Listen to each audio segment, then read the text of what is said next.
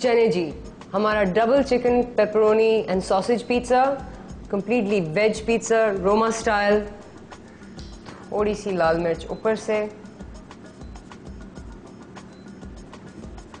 और olive oil ज़रूर थोड़ा सा डाल दें, उससे एक मॉइस्टनेस पिज्ज़ा में आ जाती है। और मुझे लगता है कि अब टेस्टिंग का टाइम आ गया।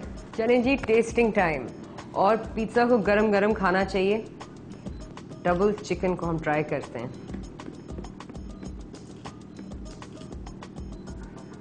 वाओ, डबल चीज़ डबल चिकन।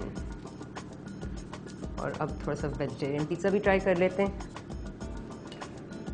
ब्यूटीफुल।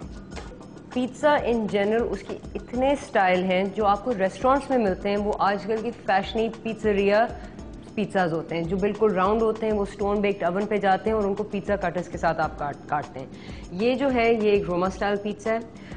असल पिज़्ज़ा इटली में स्क्वायर बनता है या रेक्टेंगल बनता है, तो गोल तो वो पहले कभी बनते नहीं थे। ये तो आज हम गोल गोल पिज़्ज़ा बनाते हैं। लेकिन जब आप घर पे बना रहे होते हैं, इनको थोड़ा सा रफ रखें, रस्टिक रखें, मज़ा आता है, खूबसूरती भी लगती है। और अगर आप चाहें तो आप पिज़्ज़ा कटर जाके एक ले लें या छुरी के साथ एंड्स इसके नीट कर लें, अगर आप वो एक परफेक्ट राउंड पिज़्ज़ा चाहते हैं। चलें अब डबल पिज़्ज़ा विद चिकन को ट्राई कर लेते हैं पहले।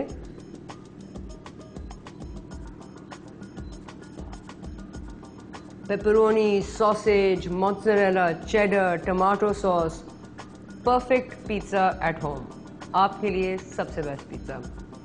अब जो वेजिटेरियन लोग हैं उनके लिए भी ट्राई कर लेते हैं।